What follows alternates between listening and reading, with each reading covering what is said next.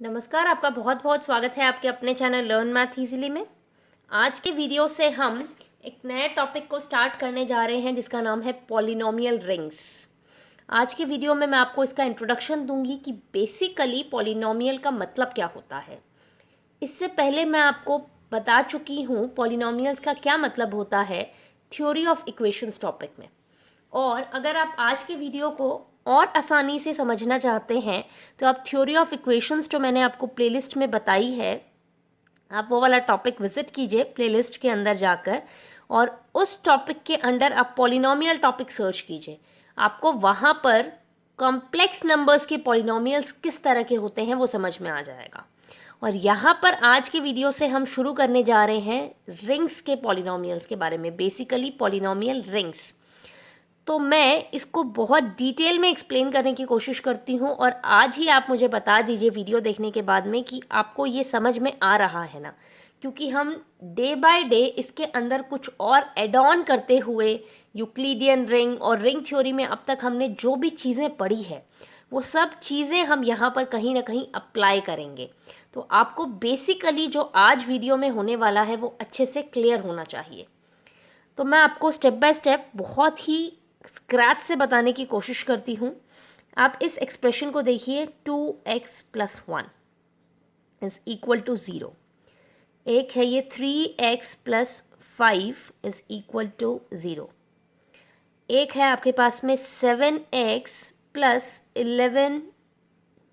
अब यहाँ पर देखिए इन तीनों एक्सप्रेशंस में, इन दो एक्सप्रेशंस में यहाँ पर आपको क्या दे रखा है, इक्वल टू 0। जब भी आपके पास में ये वाला टर्म आ जाए इक्वल, इसका मतलब इक्वल टू समथिंग अगर आपको दे रखा हो तो उसको आप बोलते हो इक्वेशन।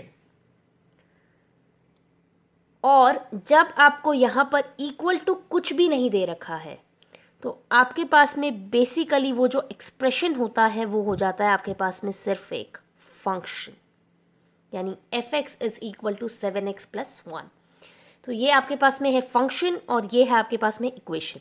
अगर मैं यहाँ से ये ज़ीरो हटा दूँ तो ये आपके पास में बच जाएगा एक एक्सप्रेशन, यानी कि एक फंक्शन। अब यहाँ पर देखिए इन तीनों एक्सप्रेशंस में एक चीज़ कॉमन है, यहाँ पर x की जो पावर है वो 1 है, यहाँ पर भी x की पावर 1 है, x की पावर 1 है। यहाँ पर x की पावर 1 क्यों है, क्योंकि x के साथ में जो एलिमेंट मल्टीप्लाई हो रहा है वो नॉन ज़ीरो है। यहाँ पर 2 मल्टीप्लाई हो रहा है x की पावर 1 से, यहाँ पर x की पावर क्या है, 1। जो हाईएस्ट पावर है इस एक्सप्रेशन की वो है x टू द पावर 1 और वो नॉन ज़ीरो है। यहाँ पर जो हाईएस्ट पावर है x की वो है 1। रीज़न क्या है, क्योंकि उसको जिस कोएफिशिएंट से हम मल्टीप्लाई कर रहे हैं वो हमारे पास में 3 है, यानी कि वो नॉन ज़ीरो है। इसी तरह से यहाँ पर x की जो हाईएस्ट पावर है वो है 1। हाईएस्ट पावर वो क्यों है, क्योंकि उसको जिस कोएफिशिएंट से मल्टीप्लाई किया जा रहा है वो हमारे पास में क्या है, नॉन ज़ीरो 7 है, जो कि है नॉन ज़ीरो।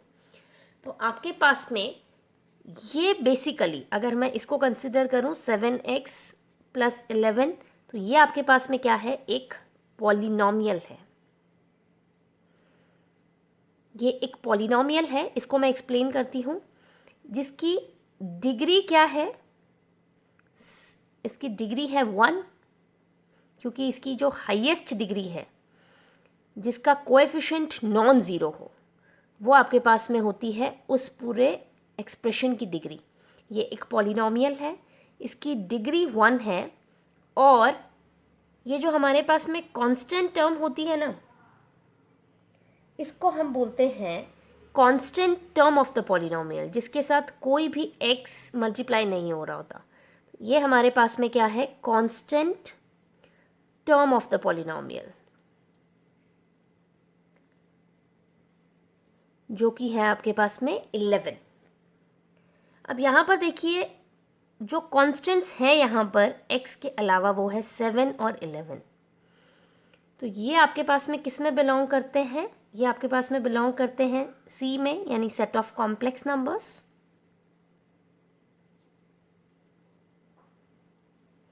तो आप क्या कह सकते हो कि ये जो एक्सप्रेशन है 7x+11, is a polynomial of degree 1 over c। यहाँ पर क्या है, 7x + 1 जो 11 जो है वो एक पॉलिनॉमियल है जिसकी डिग्री 1 है over a set of complex numbers, और इसका कांस्टेंट टर्म क्या है, 11। और कोई भी पॉलिनॉमियल जिसकी डिग्री 1 हो उसको हम बोलते हैं लीनियर पॉलिनॉमियल, और अगर वो एक इक्वेशन होती है जिसकी डिग्री 1 हो तो हम उसको बोलते हैं लीनियर इक्वेशन। तो बेसिकली ये हमारे पास में क्या है, ये एक लीनियर पॉलिनॉमियल आ जाता है, लीनियर पॉलिनॉमियल ओवर सी। यहाँ पर ओवर सी हमने क्यों लिखा है, क्योंकि इसके जो ये कोएफिशिएंट्स हैं ये कॉम्प्लेक्स नंबर्स हैं। अब हम इसको और समझते हैं डिटेल में। यहाँ पर हमने ऐसे पॉलिनॉमियल की बात करी जिसकी डिग्री थी 1। अब हम थोड़ा और आगे जाते हैं। 2x² + 7x + 15 = 0। अब ये 0 के इक्वल आ गया है। अगर ये 0 के इक्वल ही रहता है तब हम इसको क्या कहेंगे, polynomial of degree, polynomial equation of degree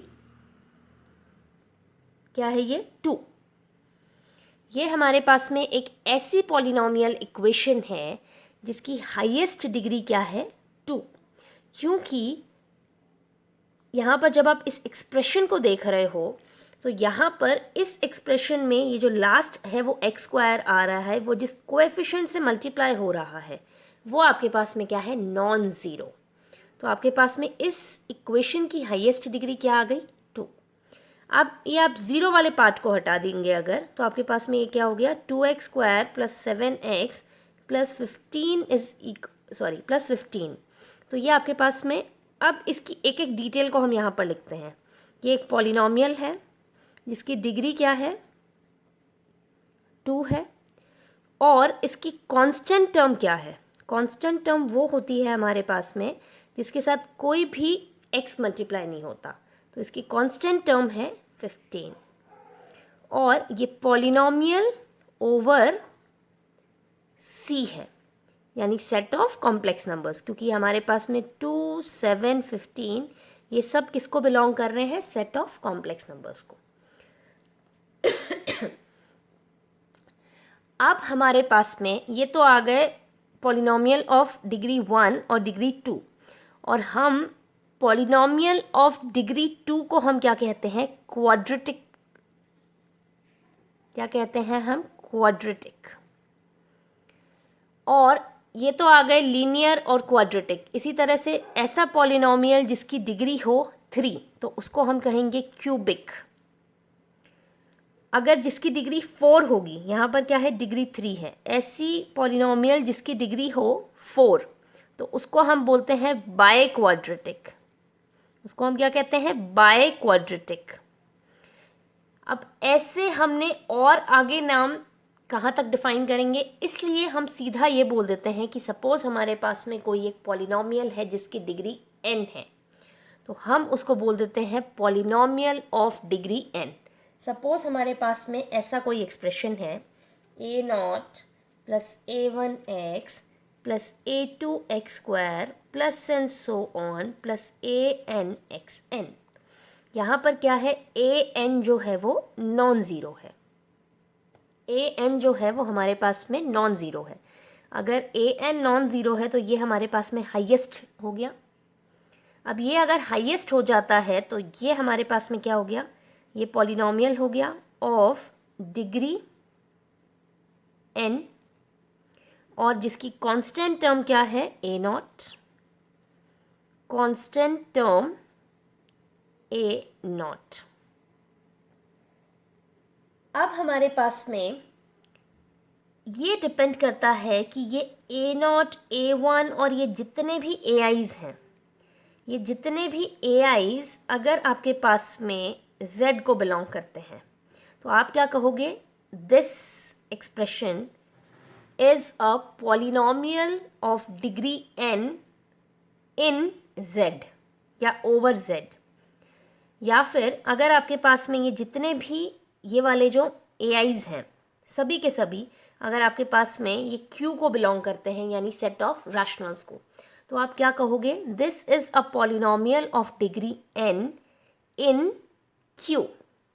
अगर ये जितने भी AIs हैं वो R को बिलोंग करते हैं यानी कि सेट ऑफ रियल नंबर्स को, तो आप कहोगे this is a polynomial of degree n in set of real numbers. लेकिन रिंग थ्योरी की शुरुआत से ही हम जो सेट कंसिडर करते आ रहे हैं वो होती है हमारे पास में एक रिंग, जो कुछ कंडीशंस को सेटिस्फाई करती है with respect to two operations, जिसे हम प्लस एंड डॉट से डिनोट करते हैं। फर्स्ट ऑपरेशन हमारा एडिशन से डिनोट करते हैं और सेकेंड ऑपरेशन को डॉट से। तो हमारे पास में अगर ये A0 A1 and so on, ये जो AN है, ये सब के सब अगर हमारे पास में रिंग R को बिलोंग करते हैं, तब हम क्या कहते हैं, this is a polynomial of degree n in ring R। ये हमारे पास में पॉलिनोमियल का कॉन्सेप्ट है रिंग के अंदर। हमारे पास में जैसे जैसे अंडरलाइन सेट चेंज होती जाएगी, जैसे जैसे आप देखिए ये A0 A1 टू AN का अगर सेट चेंज हो जाता है तो उसी अकॉर्डिंग हमारे पास में ये देखिए ये चेंज आ गया। अगर ये AI Z को बिलोंग कर गए तो ये जो पूरा का पूरा एक्सप्रेशन है हम उसको कह देंगे polynomial of degree n in Z। अगर ये सभी के सभी AIs Q को बिलोंग कर जाते हैं तो हम ये कह देते हैं this is a polynomial of degree n in Q। और यहाँ पर हम ऐसे पॉलिनोमियल्स कंसिडर करेंगे जिनके ये जो AIs हैं ये सभी के सभी कहाँ बिलोंग कर रहे हैं, रिंग R को। तो चलिए इसको थोड़ा सा और डिटेल में समझते हैं हम। Let R be a ring. Let R be a ring by a polynomial in R. We mean an expression of the form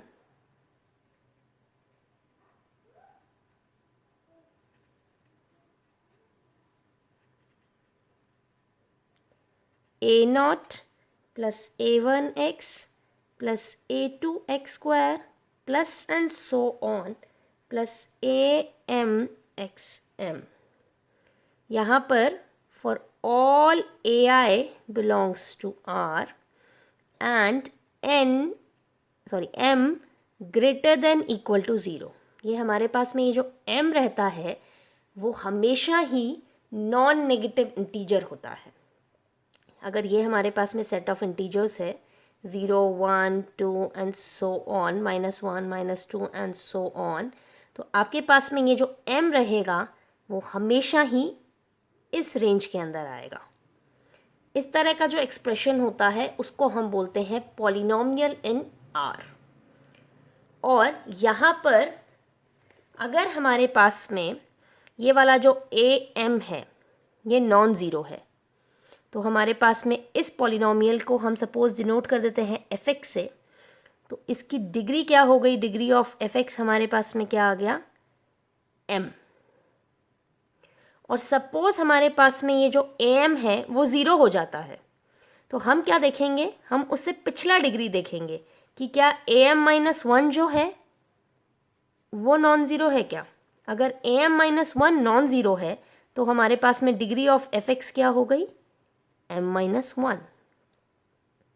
और अगर हमारे पास में am-1 भी ज़ीरो आ जाता है तब हम फिर उससे पिछली डिग्री देखेंगे, और उससे पिछली डिग्री हमारे पास में क्या होगी, am-2 का कोएफिशिएंट हम चेक करेंगे। अगर वो नॉन ज़ीरो है तो हमारे पास में डिग्री ऑफ fx क्या आ गई, m-2। तो इस तरह से आप किसी भी एक्सप्रेशन, किसी भी पॉलिनोमियल की डिग्री को आसानी से चेक कर सकते हो। अब एक एक टर्म को फिर से एक्सप्लेन कर देती हूँ मैं। अब देखिए आपके पास में ये fx है A0 plus A1x plus A2x square plus and so on plus AMXM। ये जो टर्म होती है जिसके साथ कोई भी x मल्टीप्लाई नहीं होता उसको हम क्या कहते हैं, कांस्टेंट टर्म। क्या कहते हैं हम उसको, कांस्टेंट टर्म। अब देखिए, अगर ए एम हमारे पास में नॉन ज़ीरो है, अगर ए एम आपके पास में नॉन ज़ीरो है और इसकी डिग्री जो है वो एम आ रही है, इस एक्सप्रेशन की डिग्री आपके पास में अगर एम आ रही है, तो ए एम को हम क्या कहते हैं? Leading coefficient. Leading coefficient of the polynomial.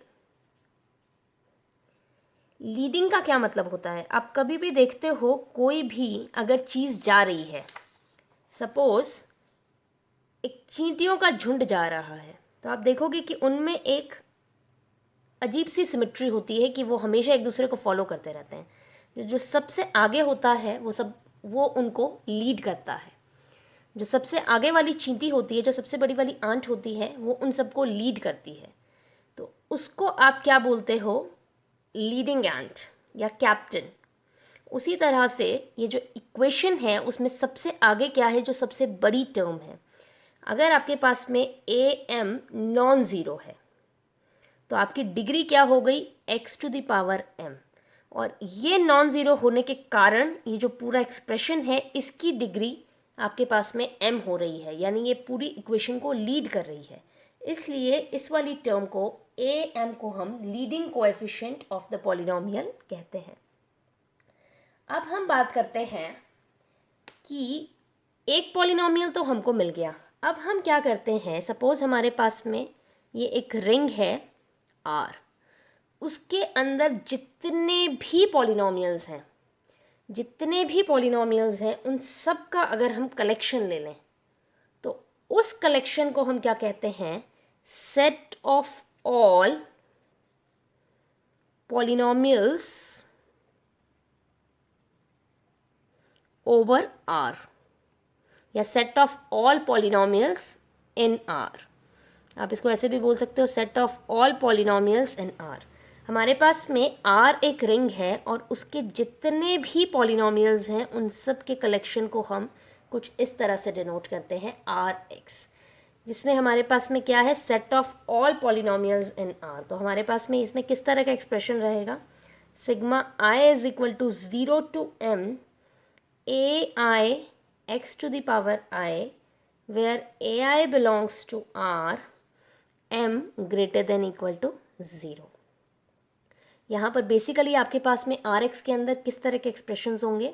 A naught plus a one x plus a two x square plus and so on plus a m x m, जहाँ पर ये जितने भी कॉन्स्टेंट्स हैं, a one a two a three and so on a m, ये सब कहाँ belong कर रहे हैं? आर को। और ये जो m है वो ग्रेटर देन इक्वल टू 0 होता है। तो ये जितने भी कलेक्शंस आते हैं, सब के सब वो हमारे पास में आर एक्स के अंदर आ जाते हैं। जितने भी पॉलिनोमियल्स आ रहे हैं, 1 degree 2 degree 3 degree 0 degree, and जितने भी हमारे पास में पॉलिनोमियल्स आ सकते हैं ओवर आर, वो सब हमारे पास में होते हैं आर एक्स के अंदर। अब मैंने यहाँ पर स्पेसिफिकली मेंशन करा है 0 डिग्री। देखिए, ए नॉट जो टर्म है उसके साथ में कोई भी एलिमेंट जो है x, कोई भी x की पावर मल्टीप्लाई नहीं हो रही है। इसका मतलब हम इसको कुछ इस तरह से लिख सकते हैं, a naught into x to the power 0। यहाँ पर देखिए हमारे पास में ये जो m है वो हम हमेशा ग्रेटर देन इक्वल टू 0 लेते हैं, यानी कि m जो है वो 0 भी हो सकता है और 0 से बड़ा कोई भी नंबर हो सकता है। तो आपके पास में ये आर एक्स आ जाता है, जिसके अंदर ए नॉट भी बिलोंग करेगा। आप देखोगे कि कोई भी एलिमेंट अगर आप आर का लेते हो, सपोज आप ले रहे हो ए, तो उसको आप किस तरह से लिख सकते हो? A into x to the power 0 which is equal to a which belongs to R x. तो आप देखोगे कि आर का कोई भी आप एलिमेंट लोगे तो वो आर एक्स के अंदर ज़रूर बिलोंग कर जाएगा। देयरफॉर पूरा का पूरा ये जो R है वो set of all the polynomials over R के अंदर कंटेन कर जाता है। और इसके जो एलिमेंट्स होते हैं, जैसे ये A ले लिया, B ले लिया, या कोई भी एलिमेंट्स ले लोगे आप इसका, इनको आप बोलते हो constant polynomials of Rx। elements of R are called constant polynomials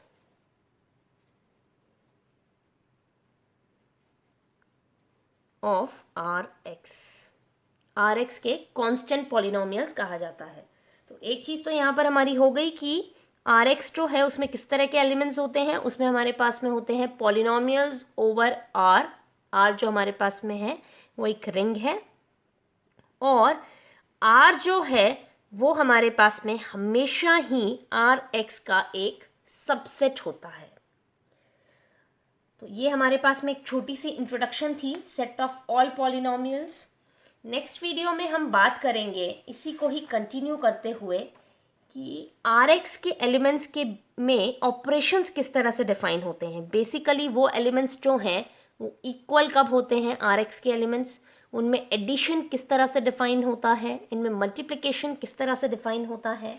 और आने वाले वीडियोस में हम देखेंगे कि इन ऑपरेशंस के कॉरस्पॉन्डिंग Rx जो है वो एक रिंग फॉर्म भी करता है, और वो किस तरह से होता है, उसकी एडिटिव आइडेंटिटी, एडिटिव इन्वर्स, ये सब क्या होते हैं, ये हम आने वाले वीडियोस में स्टेप बाय स्टेप डिस्कस करेंगे। आज के वीडियो के लिए इतना ही। Thank you so much for watching this.